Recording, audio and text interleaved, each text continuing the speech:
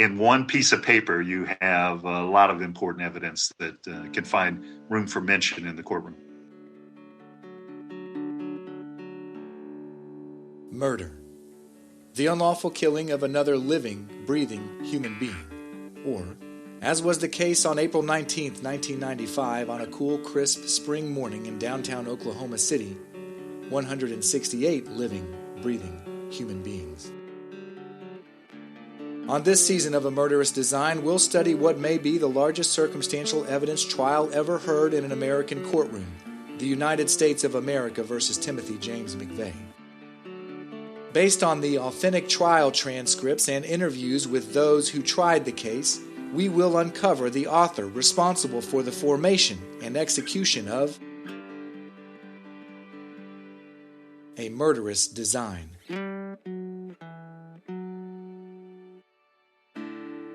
I'm Brandon Birmingham. This is Timothy James McVeigh versus the USA.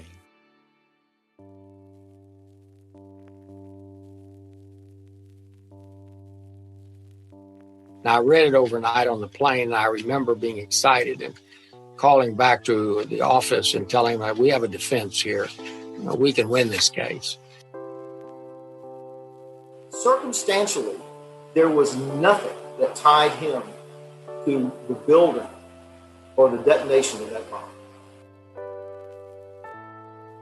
Because people cannot come to grasp why, anyone would want to smash a 9-month-old child to their death. And to do so with such, blind ignorance to the harm and the suffering that would be created. The trial, styled the United States of America versus Timothy James McVeigh, was held in Denver, Colorado, Judge Richard Mage presiding. The largest and deadliest act of domestic terrorism in the United States beget the largest investigation in the history of the United States, second only to the September 11th attacks. 28,000 interviews were conducted, literally tons of evidence were collected and analyzed. 13 different lawyers questioned 171 witnesses who took the stand, some more than once. Opening statements lasted 1 day. If convicted as charged, Timothy McVeigh faced the death penalty. A trial is a well-regulated search for the answer to a very simple yes or no question. Did the defendant commit the crime in the way the prosecutors alleged he committed it in the indictment? We'll refer to this as the principal question. If jurors believe beyond a reasonable doubt that the answer to that principal question is yes, well, then the verdict is guilty. If they do not, or if they have a reasonable doubt that their verdict should be yes, then the verdict is not guilty. Some trials have more than one indictment and therefore more than one yes or no question. Judge Mage greeted jurors on Thursday, April 24, 1997, by reintroducing the parties and outlining those 3 principal questions that they would be called upon to answer. Did Timothy James McVeigh, number 1, conspire with Terry Nichols, Michael Fortier, and others unknown to use a truck bomb to destroy the Alfred P. Murrah Federal Building, killing and injuring the persons in it? Number 2, did Timothy James McVeigh use a truck bomb against a United States building? And number 3, did Timothy James McVeigh murder certain law enforcement individuals while they were engaged in the performance of their official duties? The burden of proving these answers to be yes lies with the United States government. Their order of proof in the trial can be broken down into these 4 parts. Number 1, proving that a crime occurred. Number 2, placing McVeigh near the crime scene. Number 3, identifying the parts of the weapon that caused all that damage. Number 4, proving that McVeigh had the possession, knowledge, and motive to use that weapon. The first, we'll refer to that as the corpus delicti, proving the existence of the crime, and well, that was hardly in dispute. Somebody or a group of somebodies unquestionably used a weapon of mass destruction which destroyed a building owned by the United States and caused the death of the people inside while they were performing their official duties. This was not a case of self-defense or insanity or accident or mistake. It is a whodunit, a point highlighted by McVeigh's attorney Stephen Jones in his opening statement. Quote, "And I think it fair to say that this was the largest criminal investigation in the history of this country. The question is, did they get the right man?" The biggest problem for the prosecution was the fact that nobody ever actually said they saw Tim McVeigh in Oklahoma City. The government produced no witness on the stand that could testify as to Tim McVeigh's presence or whereabouts from the early morning hours of Wednesday until his arrest. Of all 146 witnesses called by prosecutors, 143 in their case in chief and 3 in rebuttal, none of them ever said, "I was in Oklahoma City that day and saw Tim McVeigh." As a matter of fact, there was only one witness in the entire trial that ever said she saw the Ryder truck that day in Oklahoma City, and she said 2 people got out, one of which was an olive-complected male with short hair wearing a blue starter jacket and a white hat with purple flames. The witness didn't get a good look at the second individual. She was only able to say that it was a white male who walked hurriedly away from the truck. The witness said neither was McVeigh. Another way to say it? Of the billion pieces of evidence collected, prosecutors were unable to present a single piece of direct evidence that Timothy McVeigh detonated a bomb in Oklahoma City on the morning of April 19, 1995. Let me start at the ground zero, so to speak, because the truth of the matter is there was nobody on the face of the earth who could credibly identify Tim McVeigh as a person who jumped out of his U-Haul truck after he lit the fuse and ran away. The case against him was entirely circumstantial, and given the magnitude of the crime, the scope of the investigation, and the sheer amount of death and destruction, it was to be one of the largest circumstantial evidence cases ever heard in an American courtroom.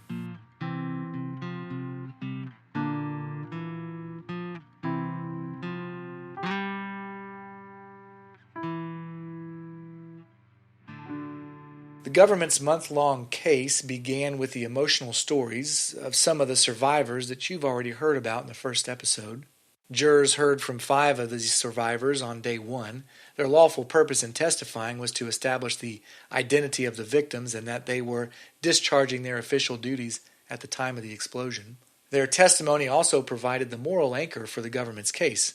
After calling some, but not all, of the survivors and family members to identify the victims, the prosecution next revealed the homicide chain to jurors, linking the Ryder truck axle to the man named Timothy James McVeigh in the Noble County Jail. We've discussed both topics at the beginning of the series.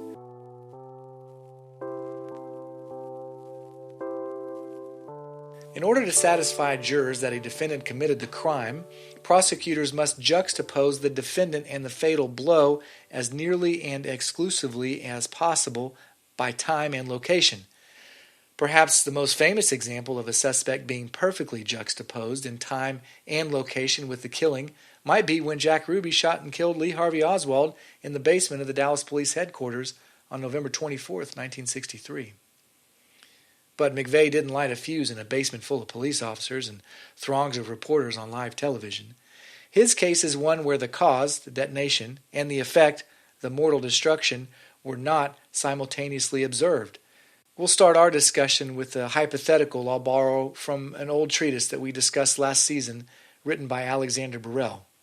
Quote, 2 persons are seen alive together in a room having but one means of entrance or exit, and an alarming sound or outcry is heard, and the room is immediately entered, and one of the persons is found dead, and the other standing near him, and no other person is seen. Here the immediate entry in connection with the physical character of the place would demonstrate the impossibility of the presence of any third person. The perpetrator, therefore, would be as clearly indicated by the mere force of the circumstances as if he had been seen to inflict the mortal wound. End quote. In other words, although not committed on live television and not directly observed, both cases, Ruby's and this hypothetical, provide conclusive proof of the identity of the killer. Why? To the exclusion of everyone else on earth, both Jack Ruby and our hypothetical perpetrator were the only people that had the opportunity to commit the murder. Would that conclusion change if the killer and the victim weren't seen entering the room, but the killer is still discovered standing over the victim immediately after this alarming sound or outcry? What if instead of being observed standing over the body, the killer is seen running out of the room immediately after the outcry? What if he's seen running away from the house 30 seconds afterwards? 5 minutes later? What if upon entering the room after the sound or outcry, 2 people are observed standing over the victim? Although the factual possibilities and hypotheticals are endless, our discussion and our decision about whether a suspect had the opportunity to kill always depends on the strength of the proof that exclusively juxtaposes a defendant's proximity in time and space with the commission of the crime. Ruby's case presents proof of juxtaposition in its strongest form. Ruby was the only person, exclusivity, near Oswald, physical proximity, at the instant in time, temporal proximity, who possessed the murder weapon and the ability to use it, the means. Stated another way, since we know Ruby's exact location immediately before the killing, walking towards Oswald, during the killing, obviously shooting Oswald from point-blank range, and immediately after, in the arms of a host of Dallas police officers, there can be no doubt that Ruby killed Oswald. The hypotheticals show how variations in the proof of a suspect's exclusive temporal and physical proximity to the crime impact the conclusion that the suspect did or did not have the opportunity to kill. The larger the gaps, the more logically justifiable alternative conclusions exist until at some point the large gaps turn into reasonable doubt in the minds of the jurors. The smaller the gaps, well, the stronger the proof.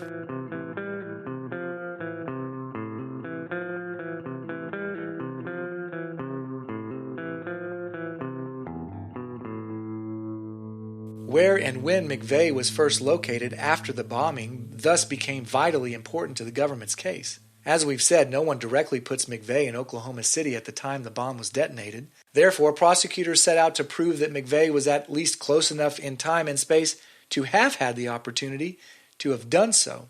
McVeigh's point of arrest between mile marker 202 and 203 on I-35 is precisely 77.9 miles north of Murrah. The trip takes 75 minutes if you travel the speed limit. If you were to leave Murrah, therefore, at 9:02, the time of the explosion, and drive the speed limit, you'd arrive at precisely the spot where Trooper Hanger pulled McVeigh over at 10:17. While arguments could be made that once pulled over, McVeigh didn't act like somebody who had just committed the largest act of domestic terrorism in American history, the physical and temporal connection between him and the crime scene, or Murrah, existed with great force. At the very minimum, the time and place of his arrest proved that McVeigh could have had the opportunity to commit the crime had he wanted to take it. In establishing where and when McVeigh was first discovered in relation to the crime scene, his arrest also provided jurors with another key component of proof besides opportunity: motive.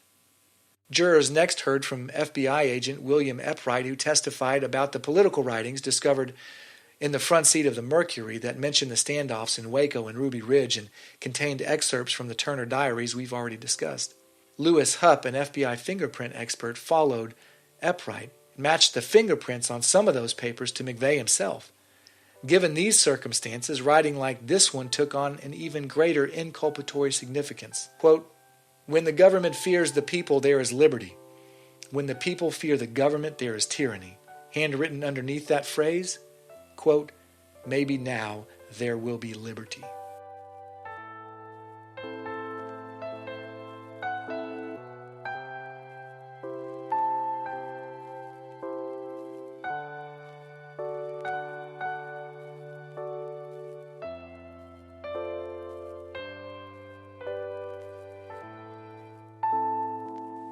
After outlining some of the motive from some of the papers that were recovered in the Mercury Marquis, the government of the United States of America, in its case against Timothy McVeigh, called Lori. Lori was the mother of two kids, a 4-year-old named Kayla and a 1-year-old named after his father and her husband Michael. That's Michael Fortier. She knew Timothy McVeigh because he and her husband were in the Army together, same barracks, same room in Fort Riley, Kansas. McVeigh moved in with them in their trailer in Kingman, Arizona in March of 1993, after he lived with a mutual friend they all knew named Terry Nichols. She remembered the time because the three of them, she, Michael, and Timothy, they all three watched the Branch Davidian compound incident on TV. The next time she saw Tim was when his favorite football team, the Buffalo Bills, played the Dallas Cowboys in the Super Bowl in early 1994. McVeigh stayed with them for a little while before renting a block house in Golden Valley, Arizona, 10 miles outside of Kingman. She remembers he didn't have a telephone at his house, so he used theirs. She didn't mind, she told jurors, because he was always using a calling card. During the time from the Super Bowl towards the end of the summer, McVeigh worked at a True Value hardware store in the lumberyard division. Lori's husband, Michael, was the bookkeeper. She saw McVeigh weekly during this period when he would come to their house. He was set to pass out pamphlets on the 4th of July at a fireworks stand near Kingman about gun control in Waco. Later that summer, she, Tim, and Michael went to a mountain range area between Golden Valley and Laughlin called Union Pass and set off a pipe bomb. She described it as 1.5 feet long with a green fuse. McVeigh's preoccupation with Waco and Ruby Ridge continued to grow during this time, according to Lori. Sometime in September of 1994, she told jurors that Michael received a letter from Timothy. He said he wanted to take action against the government. When he came to town a few weeks later, he was no longer the clean-cut military type. He became what she described as a scruffy, bearded biker. They asked him about the letter. What did he mean by take action? He told her he was going to blow up a federal building and explained his plans in detail. She relayed his plans to jurors. He used a light blue hardback book to learn about different detonation ratios and discussed with her a strange term she'd never heard before, anhydrous hydrazine. The components could be purchased at racetracks. He told her he had already obtained the racing fuel by dressing up, quote, like a biker. He was going to hardware stores around Kansas and had already purchased large quantities of ammonium nitrate fertilizer. He kept those in a shed. He said he was going to use those sausage things that he and Terry had stolen from a mining quarry in Kansas after drilling out a lock on a building there to steal the explosives. Using Campbell Soup cans, he diagrammed the circles inside of a rent-a-truck that represented barrels of racing fuel and ammonium nitrate for the bomb.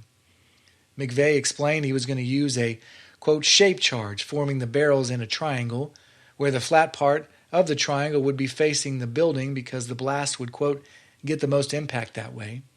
The target was a U-shaped building, according to Lori, with a glass front in Oklahoma City.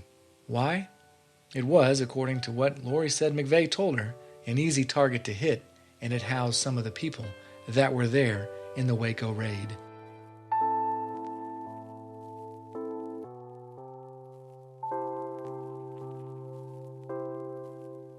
In order to fundraise the mission, he told her that he and Terry were going to rob a man with a large cache of weapons named Bob that lived in Arkansas. He was a good target because he had a lot of valuables to take, and McVeigh was on bad terms with him. According to Lori, McVeigh's plan was that he and Michael would sell the stolen guns at different gun shows. Their goal was to raise $2,000. In December of 1994, right around her husband Michael's birthday, McVeigh asked them to meet at a motel and to bring tape, boxes, and wrapping paper.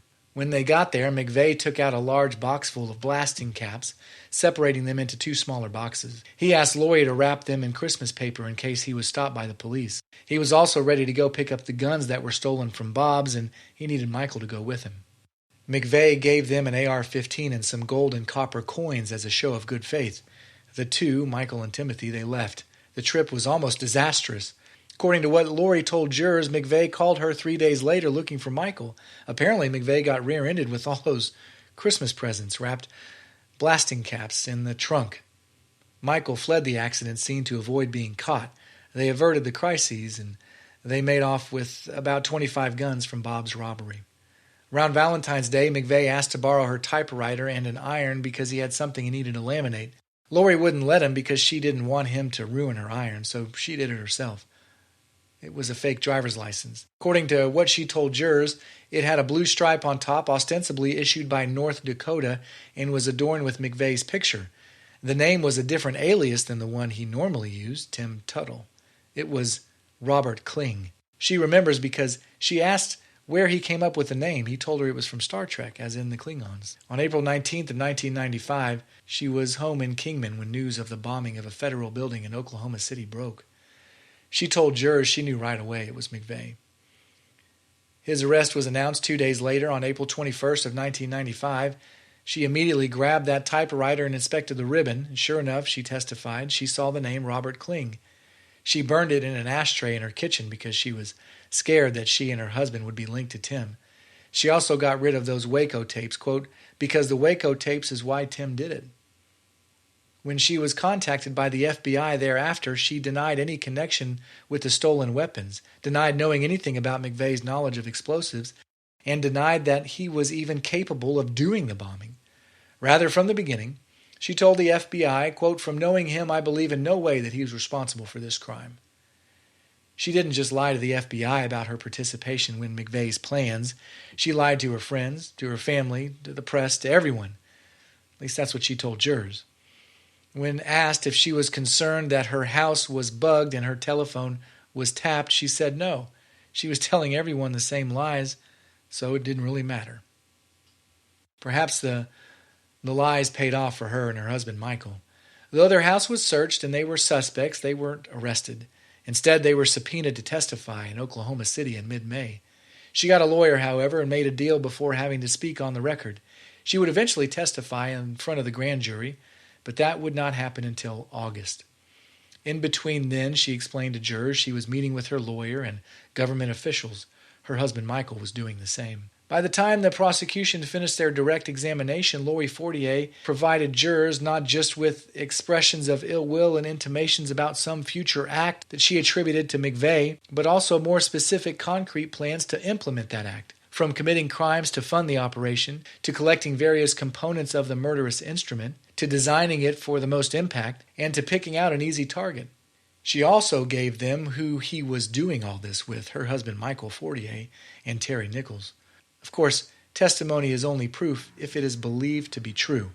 Was Lori Fortier being truthful? Perhaps that question is best answered by asking whether she had a good enough reason to lie.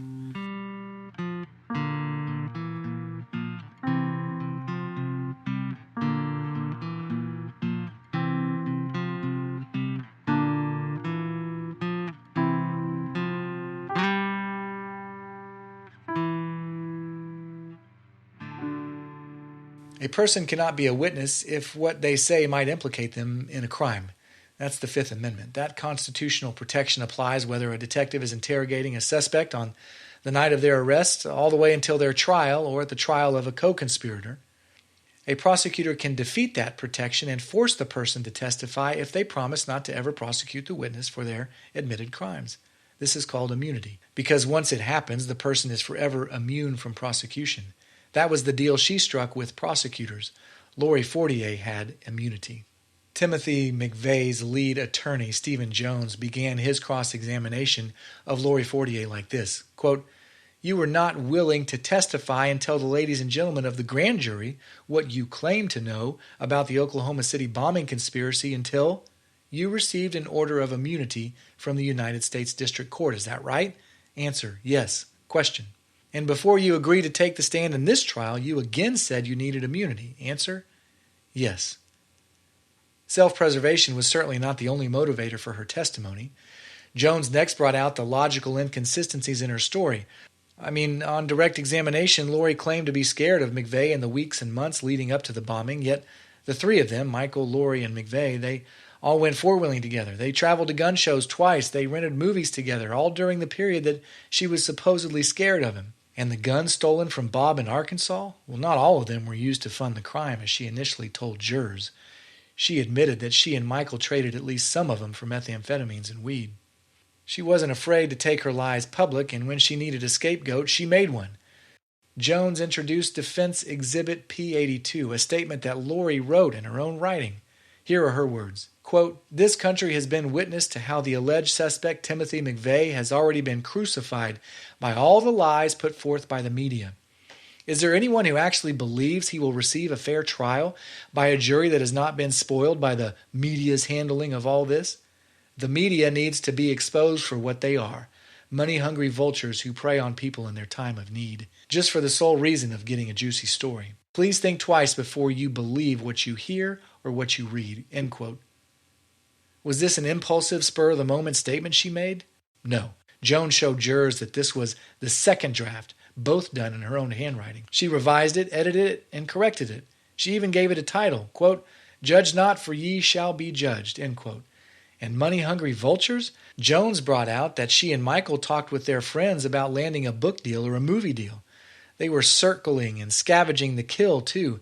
They even appeared on CNN proclaiming McVeigh's innocence, declaring they didn't see anything in the past that would make them think McVeigh was responsible. Finally, on direct, Lori made the statement that she didn't think McVeigh was really going to go through with the bombing. But in a series of questions, Mr. Jones pointed out all the things that she admits that she did know, leading up to one of the most memorable moments of her cross.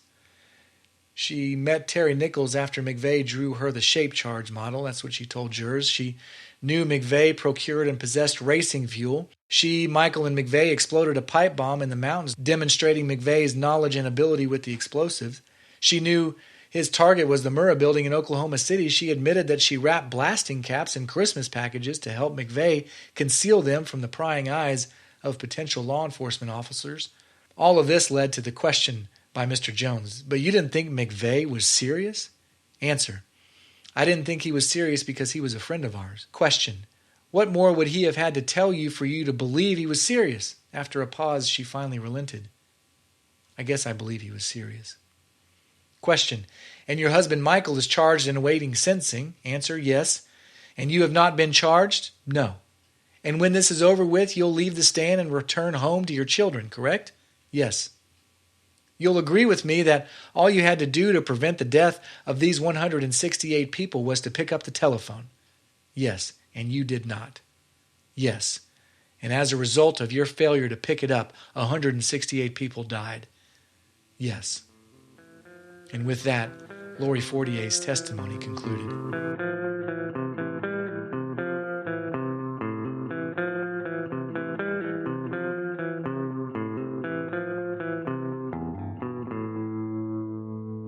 The word of an accomplice alone is not legally sufficient to sustain a conviction. The name of the game, after an accomplice testifies, becomes giving jurors independent sources of information that corroborate the accomplice's testimony, thus proving the same set of facts through witnesses who aren't tainted by the jurors' inherent bias against witnesses who get deals like the one Lori Fortier got. Kevin Nicholas was one such witness. Here's a summary of his testimony. He lived in Vassar, Michigan, a place he described as being in the thumb of Michigan. He worked in factories and owns apartments for his company called Nicholas Rentals. He was also a farmer, a trade he learned at Joyce Nichols' farm.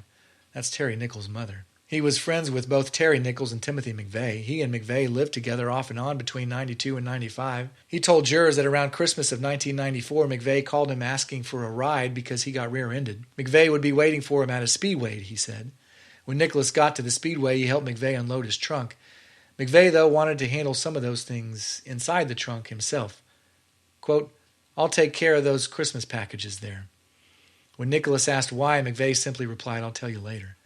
Later on, Nicholas brought up the packages. McVeigh told him they were caps in there, blasting caps. He didn't want Nicholas to touch them. While McVeigh stayed with Nicholas, McVeigh was using Nicholas's phone, quote, a lot, and Nicholas didn't like that.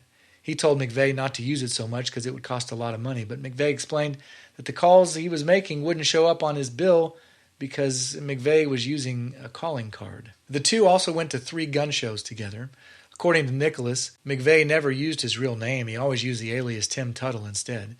McVeigh sold ammunition and guns at the shows. He always sold his book, The Turner Diaries. And given how long they knew each other, he was familiar with McVeigh's handwriting. He read a letter to jurors McVeigh wrote in April of 95, a portion of which reads as follows. If we're scared away from writing the truth because we're afraid of winding up on a list, then we've lost already. To sin by silence when they should protest makes cowards of men. Abe Lincoln. If the Founding Fathers had been scared of a list, we'd still under be the tyrannical rule of the crown. I left the legacy of passing literature behind and stepped forward as an animal. I will celebrate any time one of those Gestapo ATF bastards dies. Hell, you only live once, and I know you know it's better to burn out than rot away in some nursing home. My philosophy is the same. In only a short 1 to 2 years, my body will slowly start giving away. First, maybe my knees, back pains, whatever, but I won't be peaked anymore. Might as well do some good while I can be 100% effective. And with that, Nicholas's testimony concluded. It would be quite hard to believe Lori Fortier without the corroboration Kevin Nicholas supplies. Take McVeigh's anti-government rhetoric as an example of the precious currency of corroboration. It would be one thing if the evidence about that came only from Lori because there'd be no proof of what McVeigh said to her about the government outside of Lori herself. It's uncorroborated, and she has very good reasons to lie, as we've already discussed. If you add a witness like Kevin Nicholas, who does have physical corroboration of McVeigh's anti-government sentiment in the form of those letters, and Nicholas has no reason to lie, and He's relaying the same sounding rhetoric as Laurie attributes to McVeigh. Her testimony as a whole becomes more believable. If you add to both Laurie and Kevin similar sounding rhetoric from the letters and writings recovered with McVeigh's prints in his Mercury upon his arrest, the conclusion that McVeigh hated the federal government, just as they've described, becomes nearly infallible. The strength of those connections might also make other parts of her testimony that aren't explicitly corroborated much more believable. Take, for example, whether McVeigh actually told Laurie he picked out his target, a federal building in Oklahoma City. Now, he didn't tell that to Kevin Nicholas and didn't write about that in any of those letters. But as her word is corroborated and betrust on one subject, McVeigh being anti-government, prosecutors hoped that the other parts of her uncorroborated testimony would become just as trustworthy. In addition to his anti-government views, Laurie made a number of factual assertions about McVeigh that, if true, could be proven independent of her testimony. She said he burglarized a quarry in Kansas to steal blasting caps, for one. She said he discussed fundraising his mission by selling guns obtained from a robbery of a guy named Bob in Arkansas, for another. He said he was going to collect chemicals like ammonium nitrate, anhydrous hydrazine, and racing fuel to use to make a bomb, and hinted at using storage sheds as repositories for the bomb's components. He even identified the target as a federal building in Oklahoma City, shaped, quote, like a U with a glass front. Now, those assertions were all verifiable. In other words, if a quarry in Kansas had been burglarized, there should be verifiable evidence of that crime and some indication that McVeigh was involved. Same way with the robbery in Arkansas, those storage units and sales of ammonium nitrate or racing fuel. And in fact, the next phase of the trial focused on proving that each of Laurie's assertions actually happened as McVeigh described, each becoming a trial within a trial, a tapestry of corroboration. On the next episode, jurors hear about some very peculiar fertilizer sales, a quarry burglary, and they also hear all about a treasure trove of evidence investigators discovered in Harrington. Jurors also hear from a witness McVeigh knew very, very well and how he described to her the tragedies in Waco and in Ruby Ridge, and why he said send no more letters after the 1st of April. Visit amurderousdesign.com to see the script for the entire podcast, as well as an interactive trial visualization report for a summary of the case broken down by witness and subject matter. Thank you very much for listening to Timothy McVeigh versus the USA on A Murderous Design. I'm Brandon Birmingham.